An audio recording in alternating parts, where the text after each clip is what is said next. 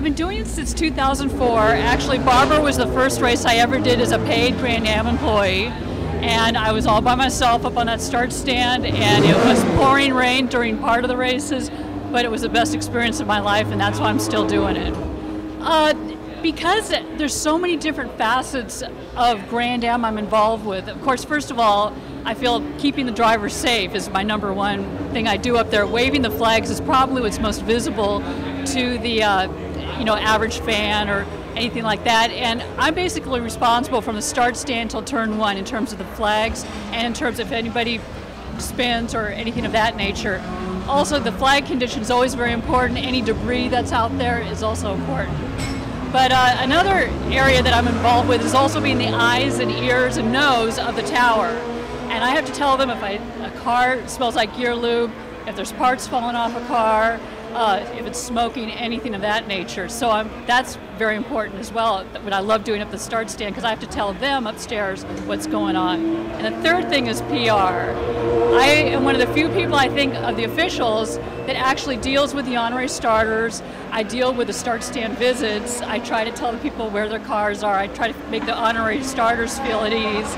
And I get a feel, a lot of times they're our sponsors, and that's what we live by. So I'm the person that kind of the liaison that is up there and makes sure they're having a good time and makes sure it's the opportunity of a lifetime. Well, I guess it would have to be my favorite race, and that would have had to have been the Brumos race back a couple years ago. The last time in Daytona we ran it under the lights 2 years ago, and it was a green-white checker, and it was a duel between Alex Gurney and Scott Pruitt.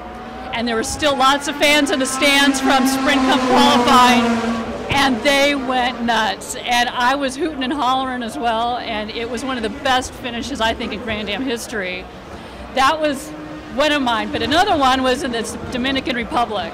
And at that time, it was our first and only time there.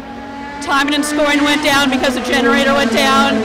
We went double yellow for quite a few laps, and the fans started throwing bottles at me, at my feet at the bottom of the start stand.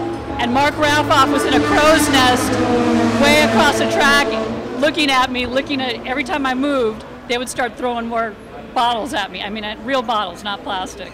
And they just wanted to see some racing, and unfortunately it wasn't my fault. So that was an experience of a lifetime. We did get it going again, and the fans, they actually treated us like rock stars, so it all ended up really well.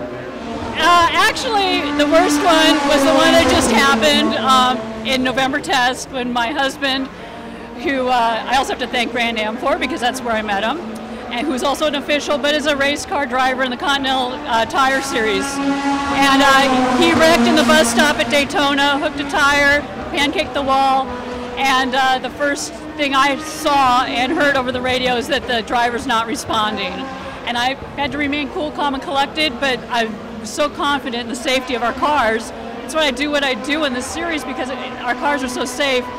I knew eventually he was going to be okay, and he's as good as new now, but it was hard to be an official and also just stand up there and just wait for a response from the EMTs that he was going to be okay. And that would have had to have been my worst actual experience on the start stand. Weather issues also kind of play a factor. I've stood in the sleet up at Mont Tremblant, in the heat of New Jersey and Barber, and and in pouring rain, because up in start stand, rarely do you have cover, and you just take it all in, and all you think about is sooner or later or after the race, I'm actually going to get into a nice warm hotel room, or I get a nice cool bottle of Dasani water, to gulp down.